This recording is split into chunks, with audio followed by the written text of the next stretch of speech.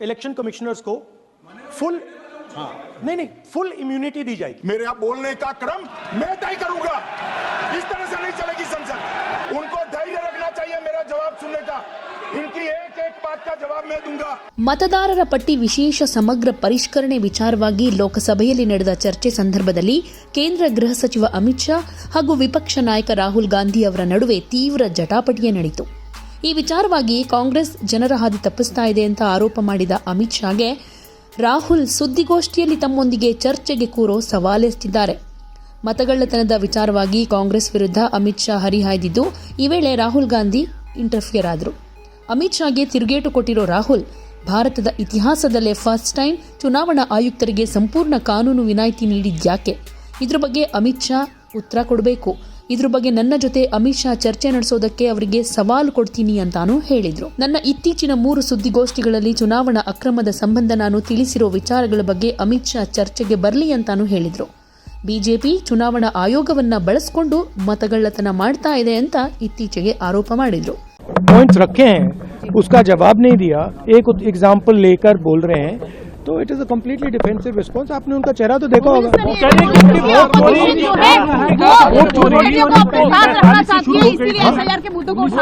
से वोट चोरी शुरू हो गई थी। नहीं, चुनाव आयोग की जो प्रक्रिया, देखिए मैंने 2-3 चीजें कही थी। मैंने कहा था ट्रांसपेरेंट वोटर लिस्ट सबको दीजिए, उसके बारे में एक शब्द नहीं बोला। मैंने कहा कि ईवीएम का आर्किटेक्चर सबको दे दीजिए, उसके बारे में एक शब्द नहीं कहा। मैंने कहा था कि बीजेपी के नेता हरियाणा में और बिहार में वोट दे रहे हैं, उसके बारे में नहीं कहा। मेरे प्रेस कॉन्फ्रेंसेस में सॉलिड प्रूफ है, उसके बारे में कुछ बोला नहीं। सीजीआई को लेकर सेम सीजीआई को लेकर इलेक्शन कमिश्नर को फुल इम्यूनिटी दी जा रही है, तो मतलब बिल्कुल वॉकआउट क्यों करने की जरूरत पड़ी आप लोगों को? वॉकआउट से आप लोग डर गए। नहीं, हम कहाँ डरे।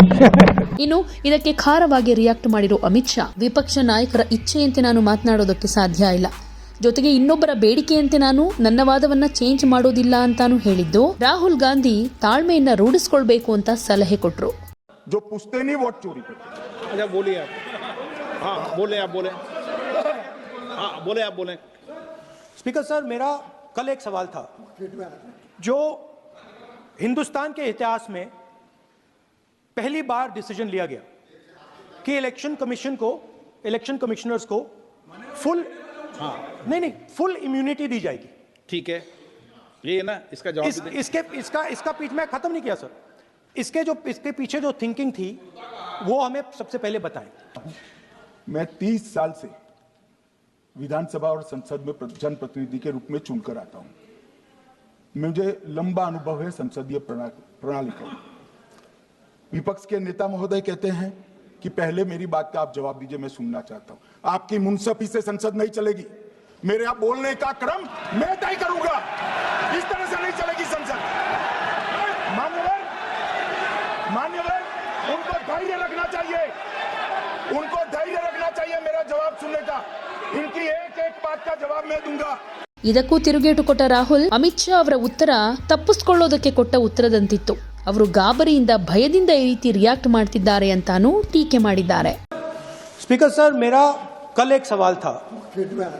जो हिंदुस्तान के इतिहास में पहली बार डिसीजन लिया गया कि इलेक्शन कमिश्नर्स को फुल नहीं फुल इम्यूनिटी दी जाएगी।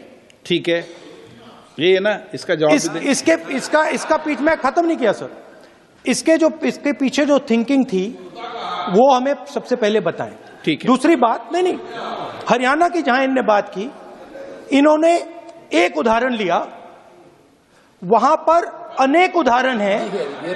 वो भी आपने दिया था ना, 19 वो भी आपने दिया था, इसलिए वो भी 19 लाख वहां पे फेक लोग वो उदाहरण आपने दिया था, इसलिए उसका जवाब दिया। और ये भी हमें बता दीजिए, actually let us have a debate on my press conference. Let us गो।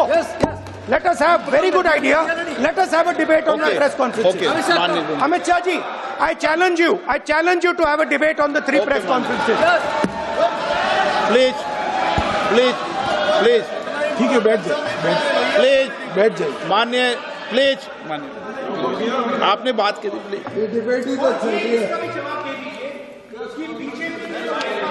उत्तर प्रदेश में और हरियाणा में दोनों चुनाव में वोट कैसे दे रहे माननीय हैं? प्लीज ये भी जवाब दे दीजिए। माननीय गृह मंत्री जी। मान्यवर पहली बात मैं स्पष्ट करना चाहता हूं, मैं 30 साल से विधानसभा और संसद में जनप्रतिनिधि के रूप में चुनकर आता हूं। मुझे लंबा अनुभव है संसदीय प्रणाली का। विपक्ष के नेता महोदय कहते हैं कि पहले मेरी बात का आप जवाब दीजिए, मैं सुनना चाहता हूं। आपकी मुनसफी से संसद नहीं चलेगी। मेरे आप बोलने का क्रम मैं तय करूंगा, इस तरह से नहीं चलेगी संसद। मान्यवर उनको धैर्य रखना चाहिए, उनको धैर्य रखना चाहिए मेरा जवाब सुनने का। इनकी एक एक बात का जवाब मैं दूंगा, मगर मेरे भाषण का क्रम वो तय नहीं कर सकते। मैं